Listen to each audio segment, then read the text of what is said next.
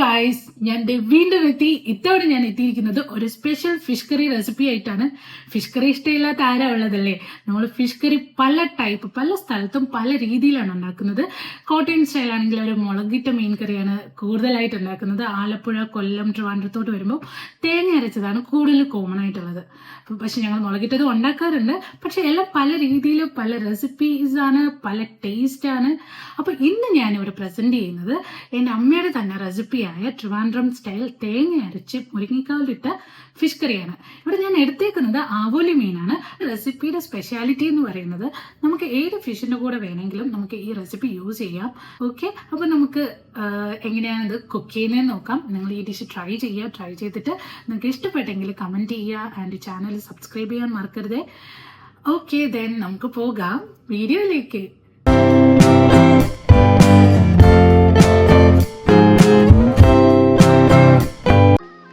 മീൻ കറി തയ്യാറാക്കുന്നതിനായി ഞാൻ ഇവിടെ എടുത്തിരിക്കുന്നത് ആവോലി മീനാണ്. ഇതിൻ്റെ വെയിറ്റ് എന്ന് പറയുന്നത് ക്ലീൻ ആക്കിയതിന് ശേഷം 350 ഗ്രാമാണ്. ഇനി നമുക്കിതിലേക്ക് വേണ്ടതാണ് കുറച്ച് കറിവേപ്പില, 3 പച്ചമുളകാണ് ഞാൻ എടുത്തിരിക്കുന്നത്. നിങ്ങളുടെ എരിവിനനുസരിച്ച് പച്ചമുളകിൻ്റെ എണ്ണം കൂട്ടുകയോ കുറയ്ക്കുകയോ ചെയ്യാം. 6 പീസ് ചെറിയ ഉള്ളി എടുത്തിട്ടുണ്ട്. അതും നിങ്ങളുടെ അളവിനനുസരിച്ച് കൂട്ടുകയോ കുറയ്ക്കുകയോ ചെയ്യാം. അടുത്ത ഇൻഗ്രീഡിയൻ്റ് എന്ന് പറയുന്നത് മുരിങ്ങക്കോലാണ്. ഒരു ഫുൾ മുരിങ്ങക്കോൽ ഇങ്ങനെ കട്ട് ചെയ്ത് മാറ്റി വെച്ചിട്ടുണ്ട്. പിന്നെ വേണ്ടത് ഒരു ഫുൾ തക്കാളിയാണ്. അതും കട്ട് ചെയ്ത് മാറ്റി വെച്ചിട്ടുണ്ട്.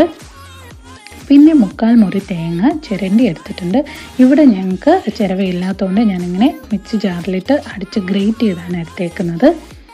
പിന്നെ ഒരു നെല്ലിക്ക വലിപ്പത്തിലുള്ള പുളി നമ്മൾ വാം വാട്ടറിൽ ഇങ്ങനെ സോക്ക് ചെയ്ത് വെക്കുക. ഇനി വേണ്ടത് മസാലപ്പൊടികളായ മഞ്ഞൾപ്പൊടി, കാശ്മീരി മുളക് പൊടി, പിന്നെ മല്ലിപ്പൊടിയും. കറിക്ക് അരയ്ക്കുന്നതിനായി ജാറിലേക്ക് ചിരകിയെടുത്ത തേങ്ങ ഇടുക. അതിലേക്ക് 1/2 ടീസ്പൂൺ മഞ്ഞൾപ്പൊടി, 1.5 ടീസ്പൂൺ കാശ്മീരി മുളക് പൊടി ഇട്ട് കൊടുക്കുക. ഇപ്പോൾ മുളക് പൊടി നിങ്ങൾക്ക് എരിവ് കൂടുതൽ വേണമെങ്കിൽ സാധാരണ മുളക് പൊടി യൂസ് ചെയ്യാം, അല്ലെങ്കിൽ രണ്ടും ഹാഫ് മിക്സ് ചെയ്തും യൂസ് ചെയ്യാം. അതിലേക്ക് 3/4 ടീസ്പൂണിലും താഴെ മല്ലിപ്പൊടി ഇടുക. മല്ലിപ്പൊടിയുടെ അളവ് കുറവേ പാടുള്ളൂ. പിന്നെ ഒരു 1/4 ടീസ്പൂൺ ഉലുവപ്പൊടി ഇടുക. പിന്നെ നമ്മൾ അരിഞ്ഞു വെച്ച ഉള്ളിയും പച്ചമുളക്. ഈ സ്റ്റെപ്പ് ഒരു ടിപ്പാണ്, നമുക്ക് കുറച്ചുകൂടെ ടേസ്റ്റ് തരും പച്ചമുളക് ഇട്ട് അരയ്ക്കുമ്പോഴേക്കും. പിന്നെ കറിവേപ്പിലയും ഇട്ട് പിഴിഞ്ഞു വെച്ചിരിക്കുന്ന പുളിയുടെ വെള്ളം ഒഴിച്ച് നന്നായി അരച്ചെടുക്കുക. അരച്ചെടുക്കുമ്പോൾ പ്രത്യേകം ശ്രദ്ധിക്കണം, മഷി പോലെ ആകരുത്, കുറച്ച് തരിയായിട്ട് വേണം എടുക്കാനായിട്ട്, എങ്കിലും ഒരുപാട് തരികളും കാണരുത്. അങ്ങനത്തെ ഈ കൺസിസ്റ്റൻസിയിൽ അരച്ചെടുക്കുക. ഇനി നമുക്ക് ഒരു ചട്ടി ചൂടാക്കി അതിലേക്ക് തേങ്ങ എണ്ണ അല്ലെങ്കിൽ വെളിച്ചെണ്ണ ഉപയോഗിച്ച് വേണം കറി ഉണ്ടാക്കാനായിട്ട്. അപ്പോൾ അതിന് കുറച്ചുകൂടെ ടേസ്റ്റ് കിട്ടും. അതിൻ്റെ മൺചട്ടിയാണ് നിങ്ങൾ എടുക്കുന്നതെങ്കിൽ കുറച്ചുകൂടെ ടേസ്റ്റി ആയിരിക്കും. എൻ്റെ കുക്ക് ടോപ്പിൽ നമുക്ക് മൺചട്ടി സപ്പോർട്ട് ചെയ്യില്ല. സോ അതുകൊണ്ടാണ് നമ്മൾ ഈ നോൺ സ്റ്റിക്ക് പാൻ യൂസ് ചെയ്തേക്കുന്നത്. അപ്പോൾ എണ്ണ ചൂടായി വരുമ്പോൾ നമ്മൾ സ്കിപ്പ് ചെയ്യാൻ പാടില്ലാത്ത സ്റ്റെപ്പാണ് ഈ മുരിങ്ങക്കായ ഇട്ട് കൊടുത്ത് ജസ്റ്റ് ഒന്ന് വഴറ്റിയെടുക്കുക. അതിൻ്റെ പച്ചപ്പ് മാറാനാണ്. അതിലേക്ക് തന്നെ തക്കാളി ഇട്ട് കൊടുക്കുക. തക്കാളിയും മുരിങ്ങക്കോലും ഇങ്ങനെ വഴറ്റിയെടുക്കുന്നത് കുറച്ചുകൂടെ ടേസ്റ്റ് കറിക്ക് കൊടുക്കുന്നതായിരിക്കും. അപ്പോൾ ഇത് സ്കിപ്പ് ചെയ്യുന്നുള്ളവർക്ക് സ്കിപ്പ് ചെയ്യാം, നമുക്ക് വഴറ്റാതെ തന്നെ ഇത് യൂസ് ചെയ്യുകയും ചെയ്യാം. പിന്നെ അതിലേക്ക് നമ്മൾ അരച്ചു വെച്ചിരുന്ന അരപ്പും കുറച്ച് വെള്ളവും ചേർത്ത് മിക്സ് ചെയ്ത് കൊടുക്കുക. എന്നിട്ട് നന്നായി ഒരു സ്പൂൺ കൊണ്ട് ഇളക്കുക. ഇളക്കി കഴിയുമ്പോഴത്തേക്കും ഈ ഒരു സമയത്താണ് നമ്മൾ ഉപ്പിടേണ്ടത്. പിന്നെ ഇതിൻ്റെ കൺസിസ്റ്റൻസി നിങ്ങൾ ശ്രദ്ധിക്കുക. നിങ്ങൾക്ക് എത്രത്തോളം ചാറ് വേണമെന്നനുസരിച്ച് നിങ്ങൾ വെള്ളം ചേർക്കുക. അപ്പോൾ ഞാൻ നോക്കുമ്പോൾ കുറച്ചുകൂടെ ചാറ് വേണമായിരുന്നു, അപ്പോൾ ഞാൻ കുറച്ചുകൂടെ വെള്ളം ആഡ് ചെയ്തു. പിന്നെ വെള്ളം അല്പം കൂടുതൽ വെക്കാൻ ശ്രമിക്കുക, കാരണം നമ്മൾ കറി തിളച്ച് വരുമ്പോൾ ഇച്ചിരിയും കൂടെ വറ്റിച്ചെടുക്കും. അപ്പോൾ അതിനനുസരിച്ചുള്ള വെള്ളം നിങ്ങൾ വെക്കുക.